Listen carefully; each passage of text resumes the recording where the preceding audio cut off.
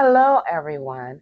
Welcome back to a segment of creating awareness of what domestic abuse may look like.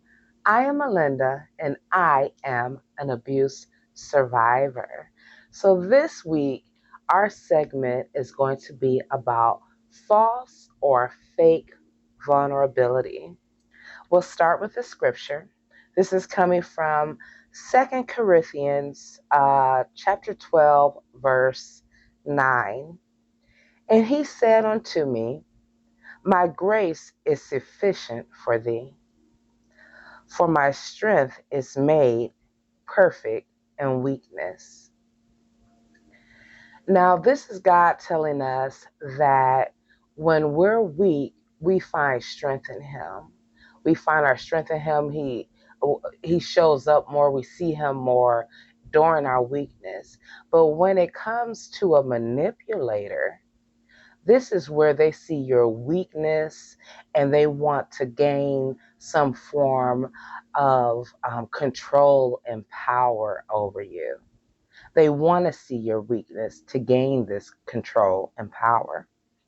So, what is fake vulnerability? Fake vulnerability is when your mate uses false emotional openness to avoid accountability.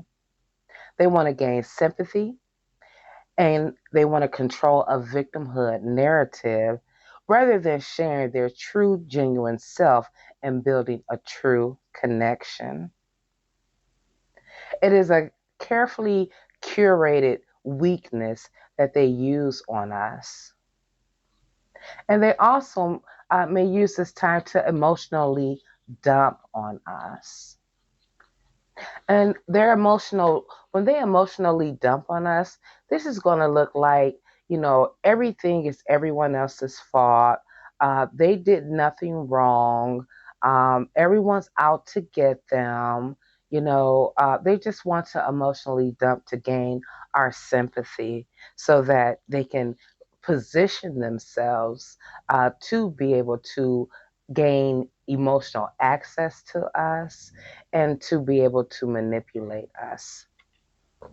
They also may burden you with their emotional issues. So even though you might have things going on in your own life, now your mate or toxic mate that's showing this false vulnerability, they're going to make it, excuse me, they're going to make it all about them, not about your issues and what you're going through. They're going to find a way to turn it back on them.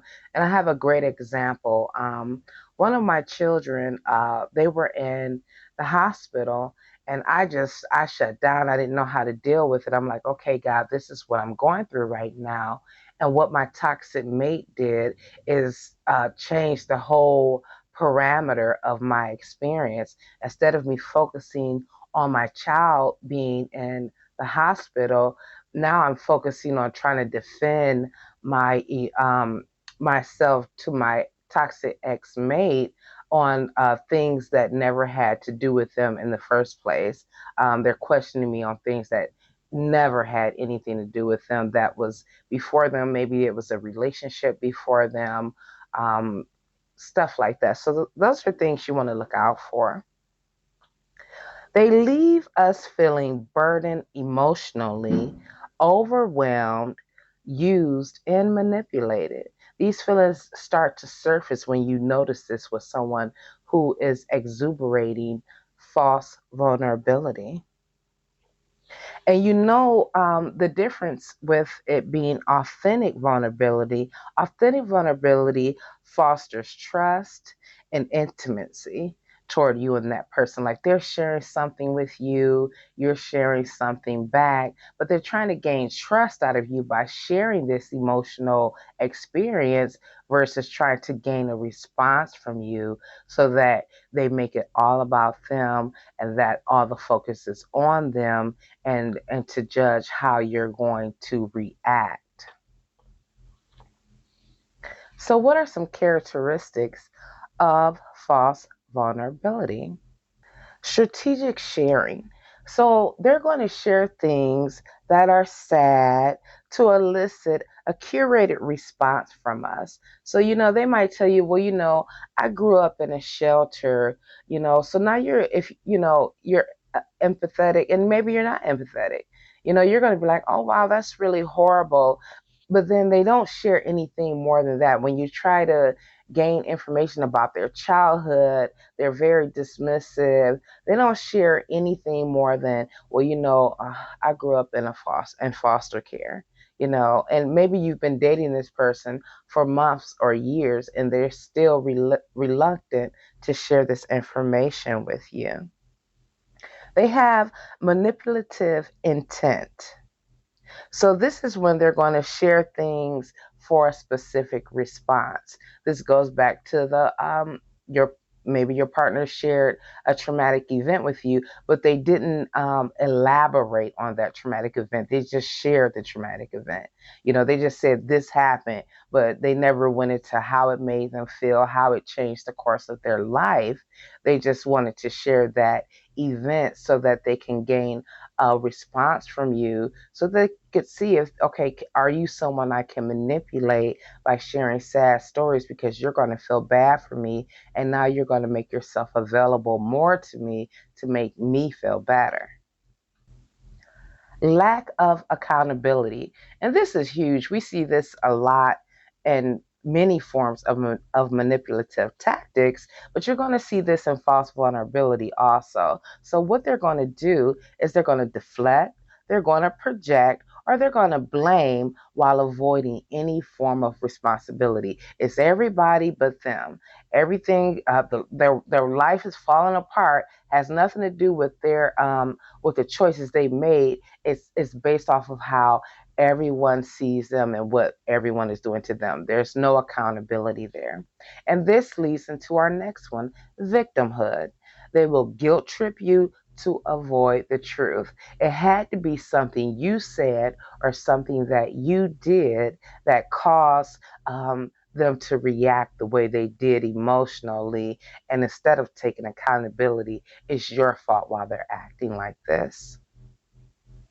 And they portray themselves as the victim to gain our sympathy because now we want to know, well, what did I do wrong? Or how can I fix this? When really there's nothing there to fix because they're creating this false emotional response to elicit uh, our empathy or gain something from us. They quickly turn that um, emotion on demand. They use their emotions as a tool. So they're going to quickly turn that emotion off once they get what they wanted or their demands are met.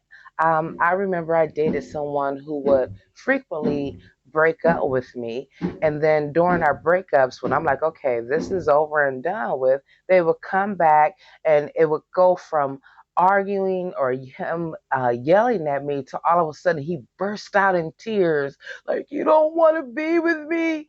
And I'm like, what the hell just happened? So those are things you want to also watch out for.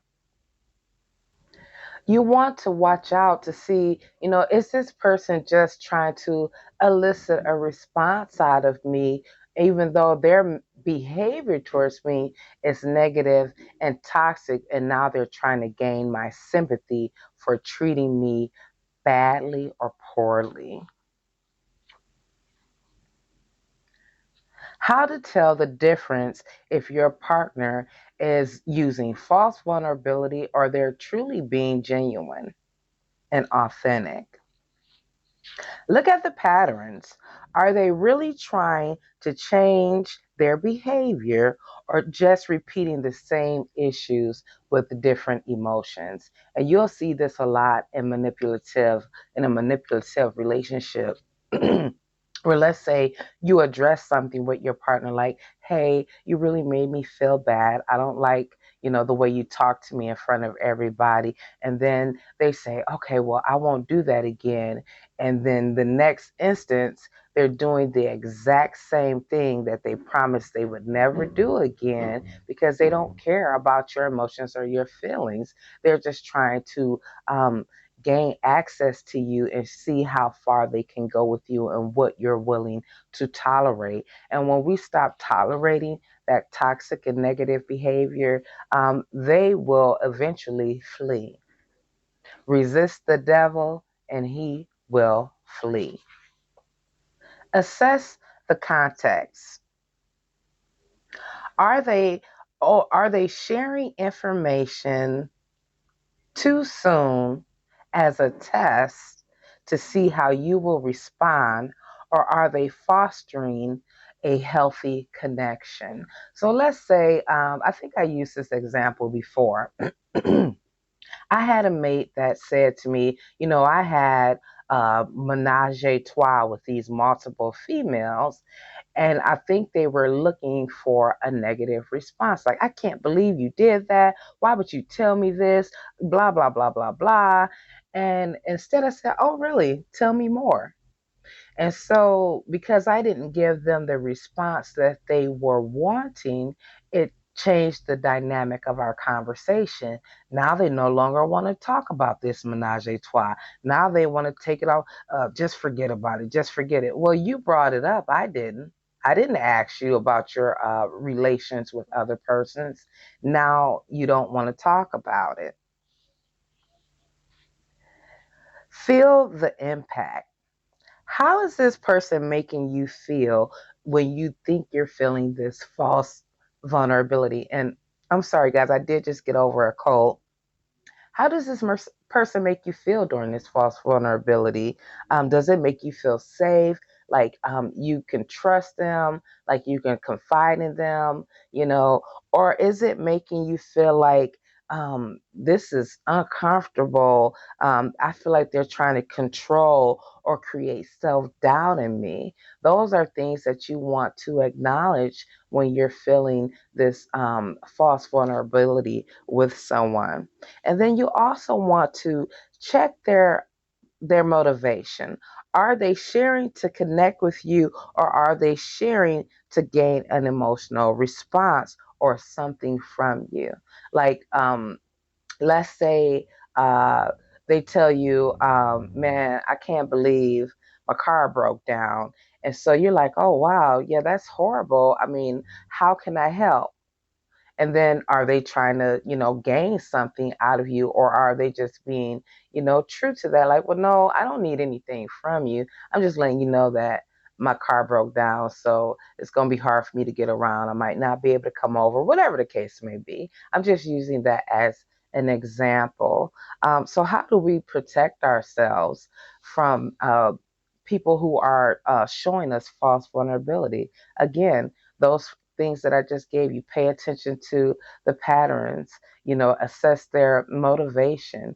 Are they being true and genuine, or are they being manipulative? Because manipulation can only hide so far, because it's going to make you question yourself, your sanity, and their genuineness. So that's all for this week. Make sure you like me on all my social medias. If no one told you they love you today, I love you.